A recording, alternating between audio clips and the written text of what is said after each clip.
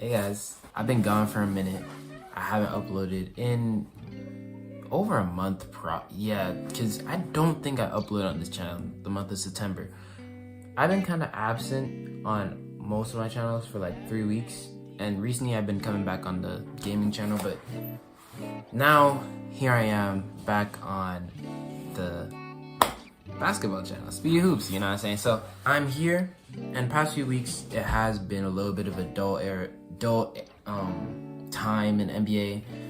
Well, it was before this past week, but it was really just like, off-season time, players getting their vacation, people just chilling, talking about past, talking about future, talking about whatever. And now, the dawn of the NBA season is upon us, and I'm here to talk about it. We're gonna do a preseason review or preview of every single team in the NBA. 2 a day, almost every single day. And yeah, I hope you guys enjoy that. If we get down to it, because the season starts on October 22, and if we get down to it and it's like I have 5 videos to go and 2 days left, we're gonna have to go faster than you get the idea. We're starting off, as you can see from the title and the thumbnail, with the Brooklyn Nets. Brooklyn Nets are a team that I had higher expectations for last year. I saw Mikal Bridges, and I saw what he did at the end of the season, the previous season, 2022-23, and how he had a nice little streak where he was actually scoring. He was the #1 option on this team, and he was actually showing out. And Brooklyn Bridges was the thing. I was thinking, I'm getting the vibes of the D'Angelo Russell team back in 2019, where he brought them to the playoffs. And I was thinking, you know what? I see this team. I see Bridges. I see Claxton. I see Finney Smith. I see Cam Johnson. I see Cam Thomas. I see Ben Simmons maybe. I see this team, and I see 6 seed. This team was horrible. Absolutely horrible. Mikal Bridges showed us that he's not exactly good enough to be a first option on a playoff team, because this was a solidly built team. Not great by any means, but solid, because they had a good amount of role players who would be really good pieces on really good teams.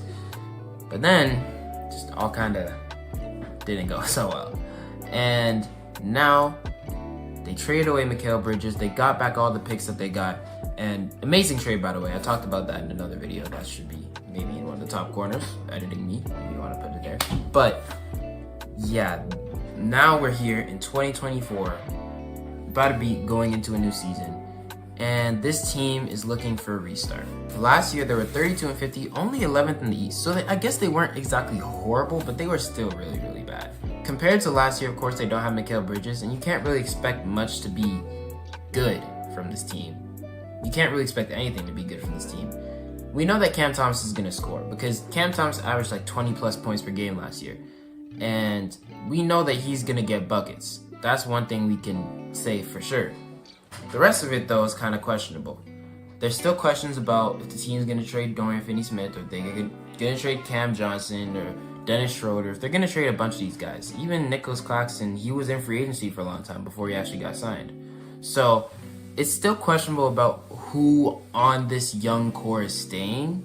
I think really the safe guys are Jalen Wilson, Noah Clowney, those two specifically, because those two are the most recent young picks and players that are coming onto this team. And I think those two, at the very least, you could say, yeah, they're gonna stay here. But you also have this team is just a bunch of role players. It's just a clean slate, and it's they don't really have anything set in stone. They could get a Cooper Flag, they could get an Ace Bailey, they can get any position and they'd be fine. I mean, they have Nicholas Claxton, I guess, who's a good guy at the center position, but even then, he's not exactly cemented on the team. They can move him if they really need to. So looking at this team, you can't really have any expectations for them to be good. They're going for Cooper Flag. They should really make some trades, because although they already have a ton of picks, if they could just trade away some of the core pieces, especially when it hurts to see guys like Cam Johnson, Dorian Finney-Smith, even Dennis Schroeder to an extent, Nicholas Claxton, just rot away in places like this, where we know they could be good pieces on championship teams. Cam Johnson was in the finals in 2021. Dorian Finney-Smith was in the conference finals 2022. Nicholas Claxton is one of the best defensive centers in the league, and Dennis Schroeder has been on multiple really good teams. Are the Nets going to trade these guys onto actual contending teams for good pieces back? Or are they just going to let them chill here and just continue to be bad?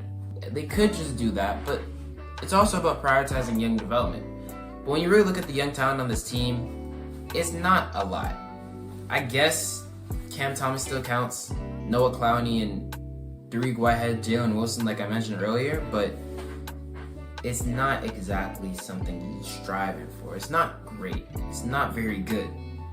Which is why they need this draft and they need these picks. So if I was the Nets, I would honestly trade Dorian Finney-Smith and Cam Johnson immediately, get some first-round picks in this year's draft or next year's draft or whatever draft, and continue building that young core with players through drafts. Because that's something the Brooklyn Nets have continued and failed to do. Because every single time they get bad, they want to get good right away. That's been the cycle for the past few years. Back in 2012, 2011 it might have been, whatever year it was, they traded away famously all their first round picks and a few players to get back aging stars, Paul Pierce, Kevin Garnett, and I think it was Gerald Wallace too that they got in that. I don't know. But Paul Pierce and Kevin Garnett most significantly. That team had high aspirations. Their aspirations, they didn't do very good. And because of that, they lost Jason Tatum, Jaylen Brown, a bunch of other guys who they could have gotten if they kept their picks. Then they went and they were bad again. But then they built up a nice young core with D'Angelo Russell, and they had something. And then they traded them away. They got Kyrie Irving, they got Kevin Durant, they got James Harden, and tried to win another championship with another big three, and it didn't work. So now, here we are, the Nets are back at square one, and hopefully this time they don't mess this up. They're in a really good position right now. They have a really bad team. They just need to capitalize on that. They need to get these picks and they need to draft these players, because if you use the draft and develop those players, that's my favorite way of rebuilding personally. They can be a team like the Oklahoma City Thunder. Even though the Thunder are like a crazy story where they have all these guys and they still have all these picks, they could be a team where they build up their guys from young and just now all of a sudden they're really good. Like the Thunder were the 1 seed last year. How did they get that good? Most of the players on that team were draft picks that they drafted, brought up, developed, and now they're here. So this Nets team needs to rebuild. And I'm so glad that they're doing it. I cannot be more happy that they're doing it. I just hope it actually lasts for this time. One last thing I really want to talk about is Ben Simmons. Because Ben Simmons is the only little thing giving me a tiny bit of hope for this team to have any sort of success. Just because I've seen a lot of reports. There was an interview the other day where an interviewer asked Ben, "Oh, you're 14th in triple doubles all time. What do you think this says about you as a basketball player?" Ben replied that I'm not that bad at basketball. And people forget prime Ben Simmons. Prime Ben Simmons was something else. Prime Ben Simmons, we thought he was the next LeBron, the next Magic Johnson. And yeah, prime Ben Simmons was like that. Even then, Chris Brickley, the guy who was training Ben Simmons, said he expects Ben to be good. He said this Ben is better than All-Star Ben, which is crazy thing to say. And if it's true, the Nets might just, because the Nets, this team is wide open. They don't really have any guys. Like last year they had McHale, I guess, who was the main guy, but they don't really have any guys who they're pushing. I said young talent, but it's really just Cam Thomas dropping 30 a night.